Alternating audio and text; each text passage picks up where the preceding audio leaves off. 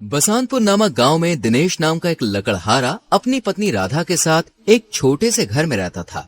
दिनेश जंगल से लकड़ी काटकर शहर में बेचकर अपने घर का गुजारा करता था, लेकिन अब जंगल धीरे धीरे खत्म हो रहे थे, जिससे दिनेश बहुत परेशान होता है और अपनी पत्नी से कहता है, राधा अब जंगल खत्म होते जा रहे हैं। बड़े बड़े उद्योगपति जंगलों में कंपनियां बना रहे हैं। जब जंगल ही नहीं रहेंगे तो हम लकड़ियां कहाँ से काटेंगे? फिर हम अपना गुजारा कैसे करेंगे?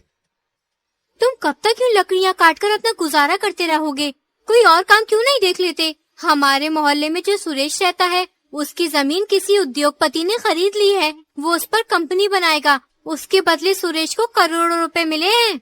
2 बीघा जमीन में 1 करोड़ रुपए?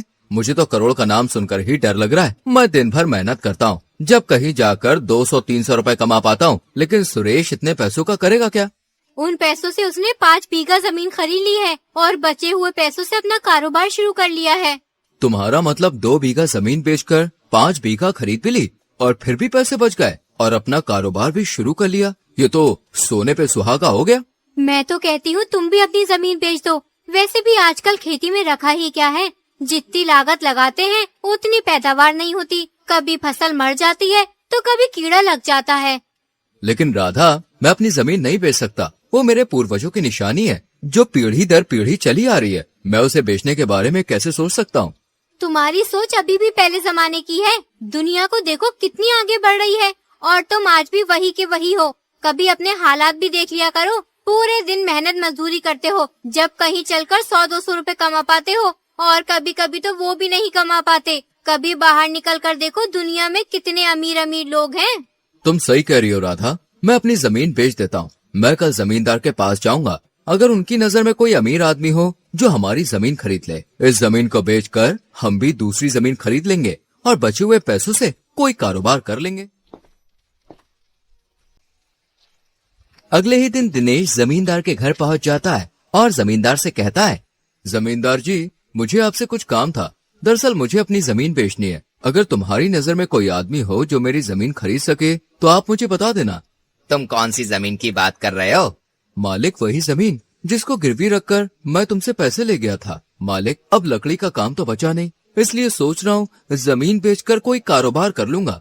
जमींदार अपने मन में सोचता है कि दिनेश की वो जमीन तो बहुत महंगी है, लगभग 3 करोड़ की। अगर वो जमीन मेरे हाथ लग जाए तो मैं तो मालामाल हो जाऊंगा। दिनेश, तुम सही कह रहे हो। तुम एक काम करना, कल मुझे एक बार अपनी जमीन के कागज दिखा देना, फिर मैं तुम्हारी जमीन बिकवा दूंगा। ठीक है जमींदार जी, मैं कल अपनी जमीन के कागजात लेकर आऊंगा। इतना कहकर दिनेश अपने घर चला जाता है। फिर अगले दिन अपनी जमीन के कागजात लेकर जमींदार के घर आ जाता है। ये लीजिए जमींदार जी, मेरे घर के कागजात। मैंने ये कागजात बहुत संभाल के रखे हुए थे।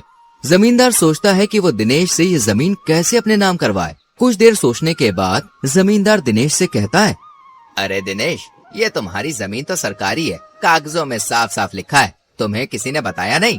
ये तुम क्या कह रहे हो मालिक? ऐसा कैसे हो सकता है? ये कागजात मुझे मेरे पिताजी ने दिए थे और पिताजी को दादाजी ने दिए थे। ये जमीन तो हम पे बहुत पहले से है, फिर ये सरकारी कैसे हो सकती है?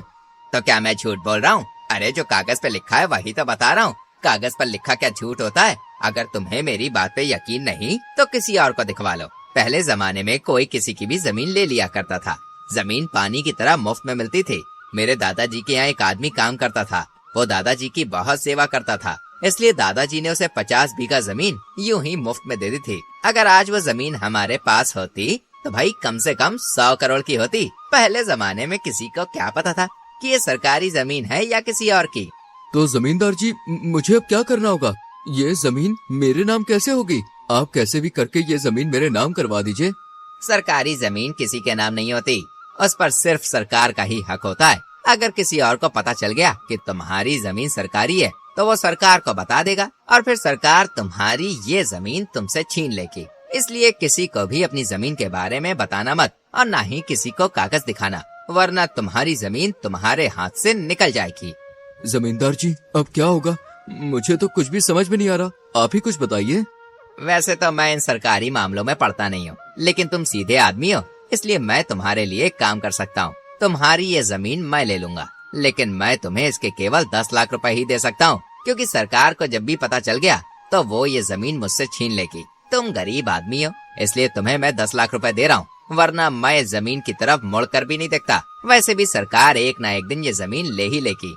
मालिक आप सही कह रहे हैं, सरकारी चीज का कुछ पता नहीं, आज है कल नहीं, आप ये जमीन ले लो और मुझे 10 लाख रुपए दे दो। जमींदार दिनेश से जमीन के कागजात पर अंगूठा लगवाकर जमीन अपने नाम करवा लेता है और दिनेश को 10 लाख रुपए दे देता है। दिनेश पैसे लेकर अपने घर चला जाता है